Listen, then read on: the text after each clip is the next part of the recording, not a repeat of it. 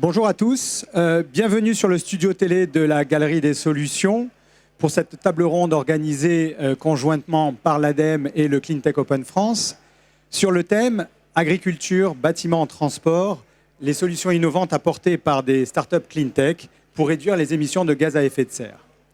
Alors avant de vous introduire les participants à cette table ronde, juste quelques rappels.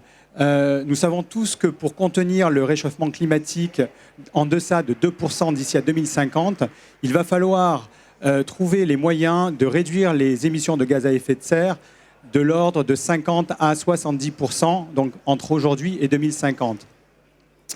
On sait aussi que toutes les activités humaines produisent des gaz à effet de serre, que ce soit le fait de se nourrir, de se loger, de se soigner, même de communiquer. Cependant, il y a quand même 3 grandes activités humaines qui représentent une part prépondérante dans ces émissions de gaz à effet de serre, à savoir le fait de s'alimenter, donc l'agriculture, le fait de se loger ou de travailler, donc l'habitat, le bâtiment, et aussi le fait de se déplacer, donc le transport individuel et transport de marchandises. Et donc nous avons aujourd'hui 3 startups très innovantes qui ont des solutions qui, si elles sont développées à grande échelle, apporteront leur part dans cette réduction, dans ce grand challenge de réduction des gaz à effet de serre. Alors pour parler de tout cela aujourd'hui, j'ai à ma gauche Olivier Chazal, le responsable ADEME du Club international de l'ADEME. J'ai aussi à ma gauche Pierre Nouguet, le président du Cleantech Open France. À ma droite, Alvin Severien, le PDG et cofondateur d'Algama. Philippe Payen, directeur partenariat et stratégie de l'agence TK Blue. Et une 5e personne, Louis Gutmann, le PDG et cofondateur de Lookies, qui va nous rejoindre dans un instant. Alors pour commencer, je vais donner la parole à Olivier Chazal de l'ADEME, qui va nous expliquer comment l'ADEME soutient les innovations technologiques développées justement pour faire face au changement climatique. Donc, bonjour à tous, je suis Olivier Chazal, le responsable du Club ADEME International, qui est un réseau d'éco-entreprises françaises qui accompagne les PME vers l'international. Et notamment, nous sommes en lien avec tout l'écosystème de l'innovation qui nous permet de positionner l'ADEME sur tout l'ensemble de la chaîne de valeur qui va donc du financement de l'innovation, de la recherche sur le terrain, et enfin, l'internationalisation. L'ADEME, et depuis sa création, se positionne comme une agence précurseur dans l'expérimentation, précurseur dans l'innovation technologique, dans l'innovation méthodologique. Et donc, depuis maintenant 2010, nous sommes opérateurs de l'État sur un programme qui s'appelle le programme des investissements d'avenir.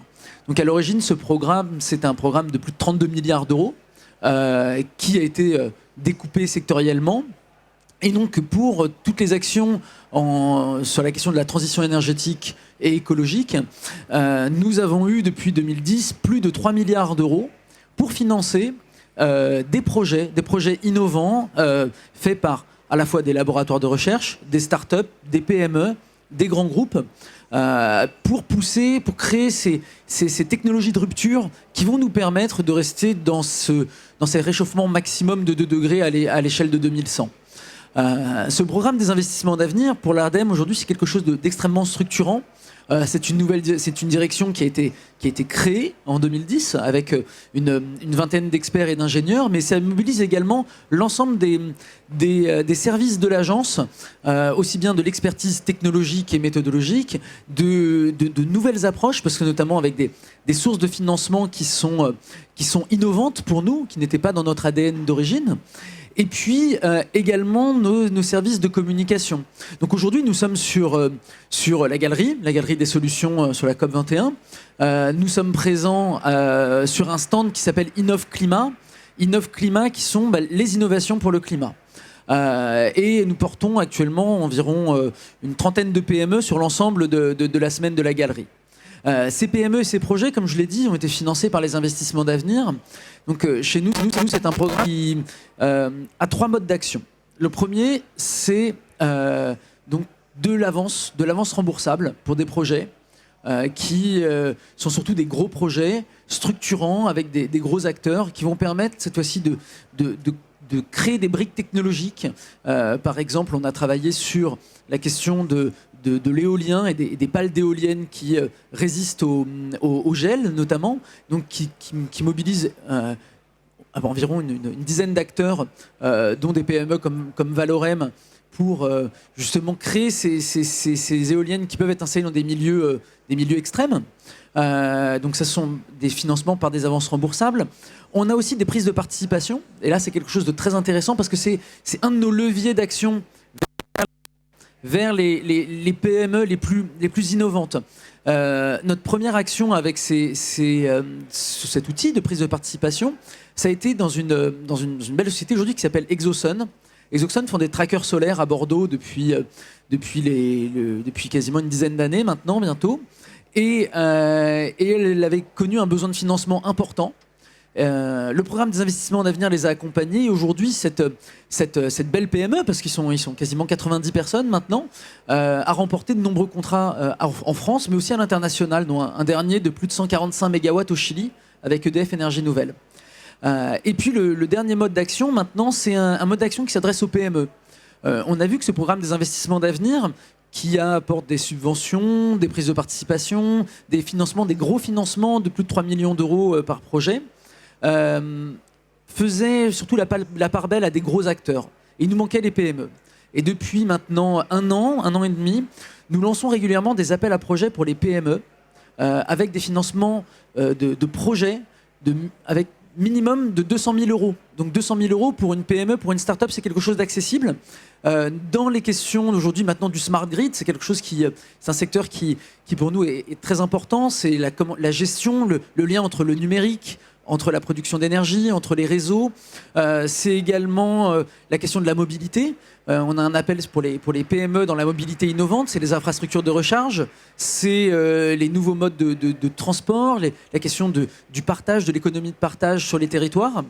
Et puis, le dernier appel à projet pour les PME, c'est un appel sur les énergies renouvelables et sur des solutions très innovantes de production issues du renouvelable, donc soit du solaire, de l'éolien, de la biomasse, ou même maintenant aussi de l'hydrolien.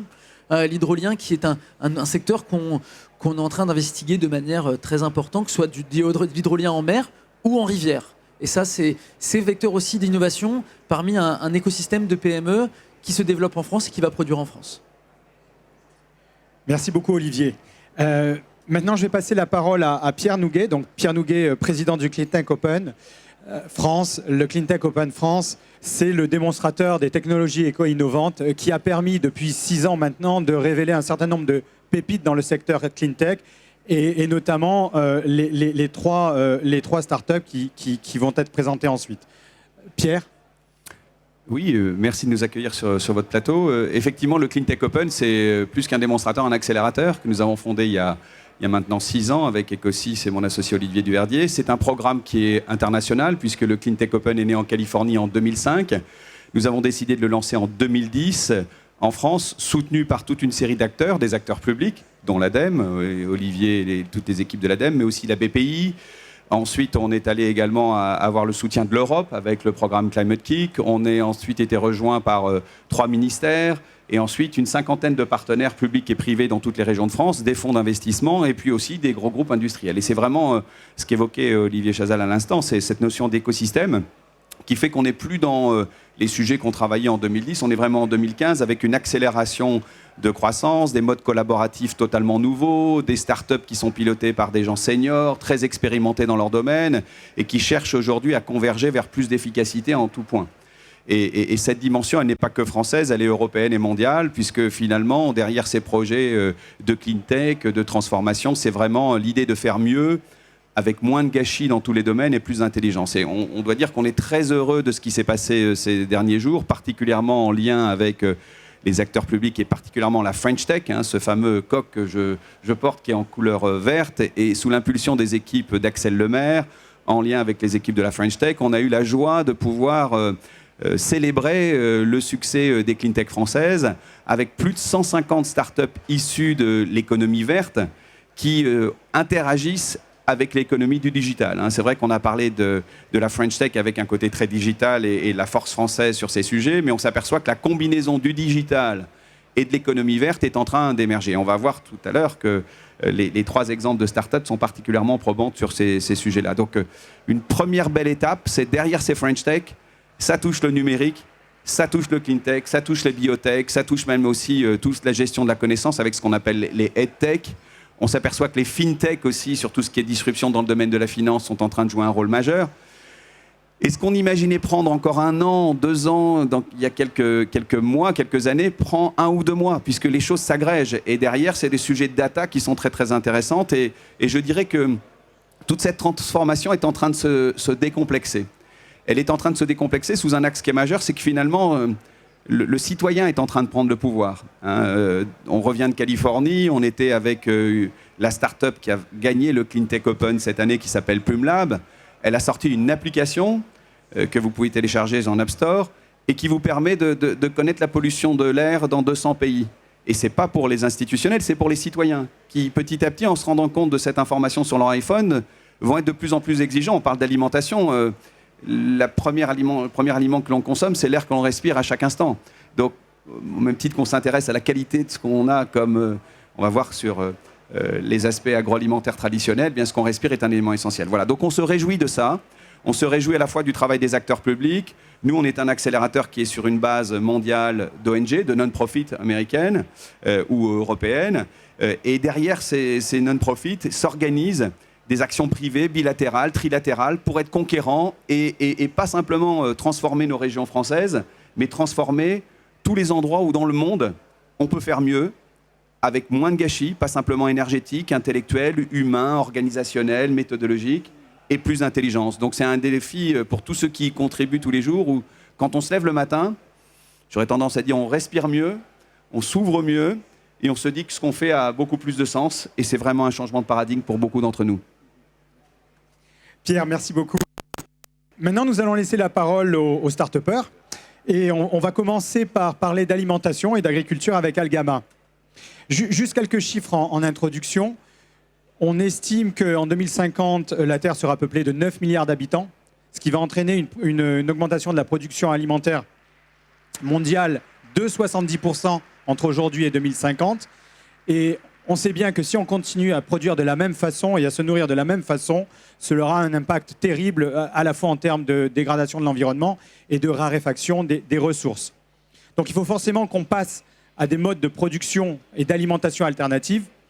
Et c'est là qu'intervient Algama avec une alimentation alternative qui est basée sur le potentiel nutritif des microalgues. Je vais passer la parole à Alvin Sévérien, PDG et cofondateur d'Algama, qui va nous expliquer ça.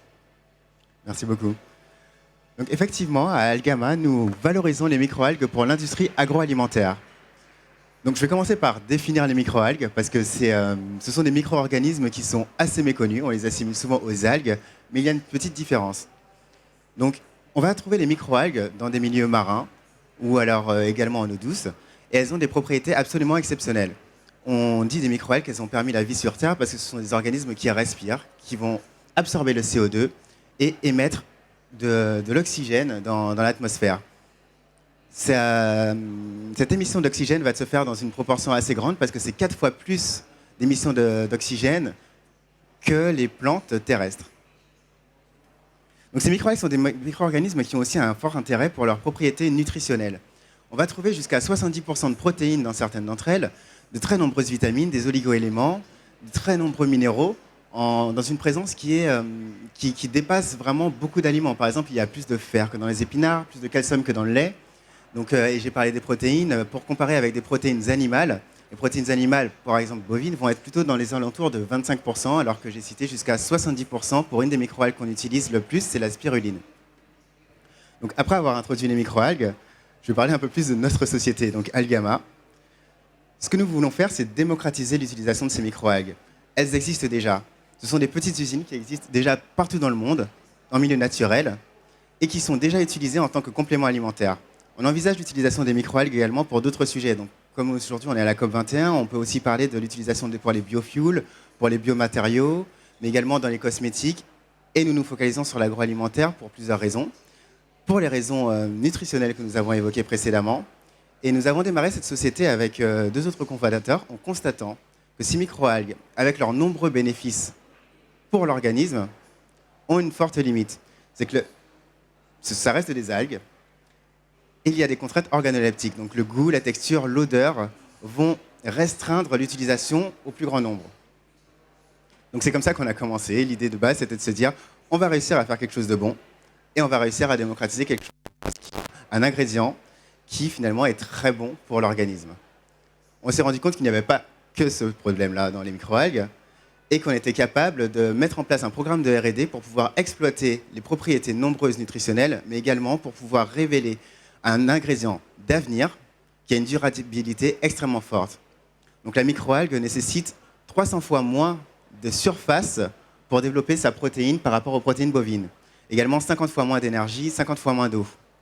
Donc c'est comme on peut le constater, un ingrédient qui pour les années à venir, nous permettra de créer une alimentation durable, notamment pour cette question de base et essentielle des protéines qui est posée aujourd'hui. On recherche encore quelles seront les protéines du futur. Donc on parlait tout à l'heure d'insectes, d'ailleurs, il y a les légumineuses également qui sont fortement présentes, et les microalgues font partie de ces solutions prédominantes. Donc aujourd'hui, dans nos solutions, pour être beaucoup plus concret, nous allons créer des produits alimentaires qui vont être de leurs consommateurs, également qui vont avoir des propriétés durables pour l'environnement et qui seront aussi très bons. Donc ce qu'on veut, c'est pouvoir proposer aux consommateurs une solution clé en main. Pas changer radicalement leurs habitudes, pour pouvoir aller dans le prolongement de ce qu'on consomme aujourd'hui, pour pouvoir aller dans cette transition sans mal, avec une aisance qui est facilitée par nos travaux de R&D. Finalement, c'est nous qui travaillons sur la partie difficile, et le consommateur ne doit pas avoir à consommer quelque chose de difficile ou avoir à mettre la main au portefeuille pour pouvoir consommer mieux pour lui et pour la planète. Nous avons déjà créé plusieurs produits. Donc un premier produit qui a commencé à être commercialisé, qui s'appelle Spring Wave. C'est une eau régénérante à base de spiruline qui, pour ce produit, utilise les fonctionnalités des microalgues pour enrichir la consommation d'une boisson qui est beaucoup plus naturelle et a des apports complémentaires, et donc beaucoup moins néfastes que tous les soft drinks qu'on peut trouver aujourd'hui sur le marché. Et nous travaillons aussi sur d'autres concepts où nous allons pouvoir substituer des protéines animales par des protéines végétales pour pouvoir créer des produits. Nous avons déjà présenté un concept de mayonnaise complètement végétale issue de la microalgue, qui est certainement une des mayonnaises les plus durables que vous pourrez trouver aujourd'hui, parce qu'elle va utiliser non seulement la microalgue, mais également beaucoup moins de matière grasse. Elle est complètement allégée. Donc notre mayonnaise est naturellement allégée par rapport à une mayonnaise classique qui va être à 70%. Nous, on va être à 30% naturellement. Donc ça, c'est notre version classique. Et notre version allégée va être encore au-delà. Donc c'est pour donner un petit exemple de ce qui est réalisable et ce que le consommateur va rechercher, ce que le consommateur va demander. Et finalement, c'est ce type de solution clé en main. Et en allant beaucoup plus loin dans l'avenir, dans notre roadmap, pour proposer l'alimentation de demain, plus qu'une alimentation alternative. Alvin, j'avais une question, parce que je me dis que vos produits, vos solutions, en fait, les débouchés sont totalement mondiaux. Et je me disais, comment vous prévoyez votre développement à l'international? Est-ce que vous avez regardé, enfin, j'imagine qu'il y a des habitudes d'alimentation dans certains pays plutôt que d'autres qui font que ça sera plus facile pour vous de vous lancer d'abord dans certains pays plutôt que d'autres. Est-ce que c'est quelque chose que vous avez pris en compte? Oui. Et effectivement, aujourd'hui, on regarde beaucoup ce qui se fait à l'international, et puis on peut se dire que naturellement, dans des pays asiatiques, par exemple, ils ont une culture beaucoup plus portée sur les algues, mais nous avons aussi constaté qu'aux États-Unis, il y a une très forte culture de l'alimentation fonctionnelle, de l'alimentation de demain. C'est aussi là-bas que viennent beaucoup de nouveaux régimes, de nouvelles tendances alimentaires. Donc nous avons une vision très globale de la chose, et nous avons déjà démarré nos travaux, notamment internationaux, vers les États-Unis, où nous faisons régulièrement des allers-retours, et nous avons déjà fait des programmes d'accélération pour pouvoir démarrer non seulement la distribution de nos produits sur place, mais également une implantation dans des réseaux qui ont une intelligence collective autour de ces entreprises food tech qui est très avancée, mais en s'appuyant toujours sur ce que nous sommes capables de réaliser en France, où nous avons un pays qui a un niveau de recherche et de développement et de connaissances sur les microalgues qui est très avancé dans le monde entier. Donc finalement, c'est un enjeu global. d'une manière générale, c'est un enjeu global. Si nous voulons pouvoir apporter une solution viable, nous avons ce besoin de pensée internationale. Et dans nos prochaines réalisations, c'est vrai que l'implantation aux États-Unis devrait se faire de manière assez imminente. Alvin, merci beaucoup. Je vais passer maintenant la parole à Philippe Payen, l'agence Tech à Blue, pour parler du domaine des transports et plus particulièrement des transports de marchandises. Juste un ou deux chiffres en guise d'introduction. On sait aujourd'hui qu'en France, le secteur des transports représente grosso modo 27% des émissions de gaz à effet de serre. Alors 27%, c'est à la fois le transport de passagers et le transport de marchandises. Mais on sait que, en ce qui concerne le transport de marchandises, c'est même un des rares secteurs où les émissions de gaz à effet de serre continuent. Pourquoi ? Parce que en fait, le trafic, le transport de marchandises est un secteur qui explose, qui augmente de manière exponentielle. Et en plus de ça, c'est pas forcément bien réparti en termes d'infrastructure, puisque en France, la route représente 81% des échanges commerciaux. Donc d'où la nécessité d'avoir des solutions pour optimiser en fait les procédés et les flux de transport. Et pour pouvoir procéder à cette optimisation, il faut déjà commencer par bien mesurer l'impact réel des décisions prises en termes de transport. Et donc c'est là qu'intervient l'agence Tech à Blue, qui propose une plateforme collaborative permettant de mesurer l'empreinte environnementale. Donc Philippe Payen, le directeur de la stratégie et des partenariats de Tech à Blue, va maintenant nous présenter sa société. Oui, merci Franz. Effectivement, le monde du transport de marchandises est un monde très compliqué. Et c'est pour ça qu'on a du mal à faire ces mesures que vous citez. C'est pour ça qu'on a du mal à juger la réalité des progrès qui sont faits dans ce secteur-là. En Europe, il y a 600 000 entreprises routières.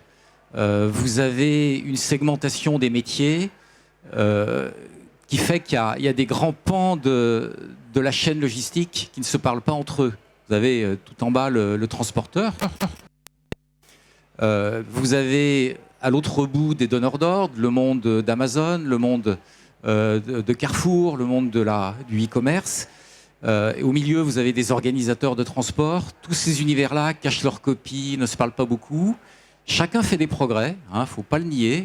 Il y a quand même des vrais progrès, mais on a du mal à les mesurer. Et donc, le fondateur de ma société, Philippe Mangeard, a rassemblé pendant plusieurs années un peu tous les professionnels européens sur ce sujet, et ils sont arrivés au constat qu'il fallait faire quelque chose. Et donc en 2012, European Tech à Blue Agency a été créée, comme vous l'avez dit, pour proposer une plateforme collaborative de mesure des performances environnementales de l'ensemble de la chaîne et de chacun des acteurs. On a commencé par travailler près de 3 ans en termes de méthodologie. On s'est appuyé sur l'ensemble des centres de recherche européens dans ce domaine en France, mais dans chaque pays d'Europe. Il y avait énormément de travaux dispersés. Ils ont été très contents de trouver un acteur qui essaye de les rassembler, de les trier et de les organiser pour en tirer quelque chose. Et qu'est-ce qu'on a créé à partir de ça ? C'est une méthodologie universelle de mesure des impacts environnementaux, mais aussi des impacts sociaux du transport de marchandises. Alors bien sûr, les gaz à effet de serre, le CO2, conformément au décret français, à la norme européenne, on est certifié dans ce domaine, mais je vais y revenir parce que c'est plus important. Tous les éléments de pollution de l'air, les particules, on en parle beaucoup en urbain, les oxydes d'azote, de soufre, les composés organiques, et aussi ce que vous vivez au quotidien quand vous voyez un camion et qui est tellement infiltré dans la vie quotidienne qu'on ne s'en rend pas plus compte, c'est les enjeux de congestion, de bruit, d'accident. Tous ces éléments-là, on attache à chaque transport ces impacts de toutes ces natures-là, et pour pouvoir les relativiser, on les monétise, on les transforme en euros. On permet à nos clients, ce faisant, de répondre à leurs obligations de reporting, CO2, mais aussi de reporting RSE, aux transporteurs. Et on s'est aperçu, parce que pour réduire son empreinte environnementale, si je reste dans le routier, il faut un bon camion.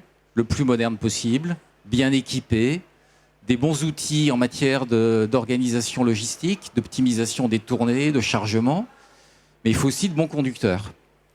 Tout ça, on s'attache dans le transporteur à en faire la synthèse pour mesurer l'impact réel du transporteur. Mais on s'est aperçu que quand on avait ces éléments chez un transporteur, on avait aussi un indicateur qui mesurait la qualité du transporteur au sein de la supply chain, du donneur d'ordre final. Parce que un bon conducteur, un bon camion, un bon équipement, c'est un camion qui arrive à l'heure, c'est un camion qui n'a pas d'accident, c'est quelqu'un qui ne s'arrête pas en route et qui ne se fait pas voler sa marchandise ou qui ne la perd pas, tout simplement. Et donc, c'est le bon fonctionnement de toute la chaîne de production du donneur d'ordre qui est en jeu. Et donc, on vend autant un indicateur de qualité de la supply chain, un indicateur de qualité avancé actuellement, que des outils qui aident les différents acteurs à faire leur reporting dans le domaine environnemental. Voilà, ce développement scientifique, avec l'aide de toutes les universités, s'est révélé assez compliqué. Il y a énormément de facteurs d'émission, de transformation, de monétisation de ces émissions. Comme on interroge chaque acteur sur ce qu'ils font réellement, on a des marges de progrès qu'il faut qu'on évalue avec eux, et on partage tout ça. Un autre élément important dans notre positionnement, c'est que je vous disais au départ, tous ces acteurs dispersés dialoguent très peu entre eux. Nous sommes une plateforme indépendante, à vocation à être tiers de confiance, pour rassembler toutes ces données. On les demande aux transporteurs, mais elles lui appartiennent, et nous, on les transforme, on les met à disposition, on les demande aux donneurs d'ordre, on les demande aux organisateurs, et on est un lieu de dialogue pour mener des travaux plus collaboratifs entre eux. Je voudrais juste citer un exemple qui me tient à cœur, quelques chiffres, excusez-moi, avant de passer à l'exemple. Je disais qu'il y a souvent des faux amis dans la lecture de l'empreinte environnementale du transport. On parle que du CO2. La ville, elle amplifie les externalités négatives dont je vous parlais tout à l'heure. Les enjeux de particules, de NOx sont plus prégnants en ville. Les problématiques de congestion, de bruit aussi. Donc nous, on analyse tous ces impacts en fonction de l'endroit où ils sont faits. Et typiquement en ville, si on monétise tout, alors on monétise le CO2 à 90 € la tonne, mais si on monétise tout, le poids du CO2 dans une livraison en ville, c'est 5%. 10% si vous avez un très mauvais camion. Alors que la moitié des nuisances, elles viennent de la présence du camion dans la ville, de la congestion. Le quart viennent des pollutions, donc de la particule, des NOx. Donc c'est plutôt ça ce qu'il faut regarder. À peu près 15-20% viennent du bruit, ça dépend du camion aussi. Et le CO2, c'est 5-10%. Donc si on veut prendre des décisions raisonnées à l'échelle de la collectivité, entre autres la collectivité urbaine, dans une grande agglomération, il faut s'attacher à analyser, quand on fait des choix, tous les impacts sur les différents paramètres. De même, le donneur d'ordre, on a comme client des très grands donneurs d'ordre, beaucoup dans la distribution. Ils commencent à apprécier et à intégrer dans leurs appels d'offres notre label et notre mesure de la performance des transporteurs, parce que pour eux, en termes d'image, en termes d'impact, en ville, on ne peut pas parler que de CO2. Et donc, ils intègrent dans leur rapport RSE et dans leur communication l'ensemble de ces éléments. Et si je descends à l'échelle du transporteur, lui, on lui permet de valoriser et de faire connaître à ses clients qu'il est dans une démarche de progrès, qui ne fait pas ça que dans son coin et en cachant sa copie. Et nous avons convaincu un certain nombre de grands donneurs d'ordre d'introduire la labellisation, bien sûr, de l'ADEME, mais aussi la nôtre. Elles sont complémentaires dans les appels d'offres. Oui, Philippe, vous parlez de votre labellisation, de celle de l'ADEME. Les grands groupes, souvent, on le voit dans leur rapport RSE, ils font leur propre bilan de temps en temps. Quelle est la différence en termes de méthodologie entre ce que vous pouvez proposer et celle que peuvent faire les grands groupes en termes d'auto-évaluation de leur... Elle vient de nos deux facteurs de différenciation. L'un, c'est la profondeur scientifique qu'on a implémentée depuis 3 ans. Et l'autre, c'est ce rôle de collecteur de données, de tiers de confiance entre les différents acteurs. Okay. Le grand donneur d'ordre, il a dans ses outils informatiques de gestion de sa logistique, il sait tous les colis qu'il a envoyés de A à B, leur poids, et s'il les a transportés, disons en mode routier, ferroviaire ou fluvial ou aérien. À partir de là, l'unité de base qui est utilisée dans la profession, c'est la tonne-kilomètre. Il connaît ces tonnes-kilomètres. Et il leur met des facteurs d'émission associés à chaque mode. C'est moyen, c'est juste. Donc il a pour le transport routier l'émission moyenne du camion moyen en France, sans bien savoir où il est passé, le camion. Pareil pour le fluvial, pareil pour l'aérien. Nous, ce qu'on lui permet, c'est d'avoir une mesure beaucoup plus précise. Parce qu'on récupère toutes ces données. Le poids du colis, l'origine, la destination, mais on lui demande aussi qui l'a transporté, le transporteur. Et comme on est en relation avec le transporteur et qu'on connaît en détail les véhicules qu'il a, les flottes qu'il utilise, les efforts qu'il a fait en formation, on sait donner à ces tonnes-kilomètres des facteurs d'émission beaucoup plus précis. Et donc on leur permet de faire un reporting plus vrai, d'une année sur l'autre, mais on leur donne aussi nos indicateurs tous les mois, et ça permet aux chargeurs de mieux juger l'éventuelle dégradation de sa performance logistique ou les progrès qu'il fait. Philippe, merci beaucoup pour toutes ces explications. Enfin, nous allons passer au secteur du bâtiment avec Lookies et avec Louis Gutmann. Bonjour Louis. Louis nous a rejoint durant cette table ronde. Lookies en fait développe une solution de collecte à distance de données énergétiques dans les bâtiments et a développé un algorithme de détection des sources d'économie d'énergie. Louis, est-ce que vous pouvez nous en dire un petit peu ? Alors tout à fait, donc Lookies est une société qu'on a créée avec mon associé il y a maintenant un an. Le point qu'on a cherché à adresser, c'est la question de comment je fais pour gérer au mieux un grand parc de bâtiments quand j'ai des infrastructures existantes, des infrastructures nouvelles, une grande hétérogénéité des systèmes sur le terrain et que je souhaite avoir un retour sur investissement très clair de ma démarche énergétique. Et donc la difficulté qu'on a dans le bâtiment, c'est que en fait, tout le monde parle du bâtiment connecté avec des capteurs partout et autonome. La réalité, c'est que le bâtiment connecté, ça existe depuis 40 ans.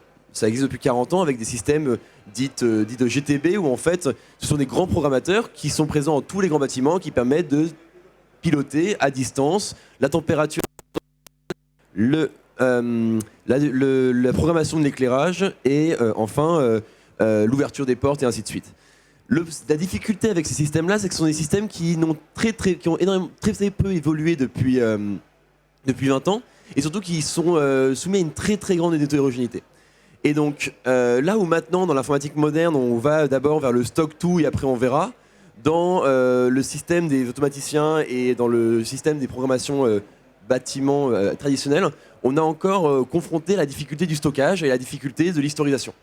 Et donc nous en fait notre solution permet de se connecter à n'importe quel système, télé-relever les données, les historiser, les mettre dans une seule visualisation, ce qui permet d'avoir agrégé des défaillances sur l'ensemble d'un parc. Nos clients, ce sont des grands groupes qui ont généralement 100, 200, 1000 bâtiments et qui du coup, à l'échelle d'un bâtiment, peu d'anomalies ont lieu. Mais quand on rassemble l'intégralité du parc, il y a de matière à travailler en permanence.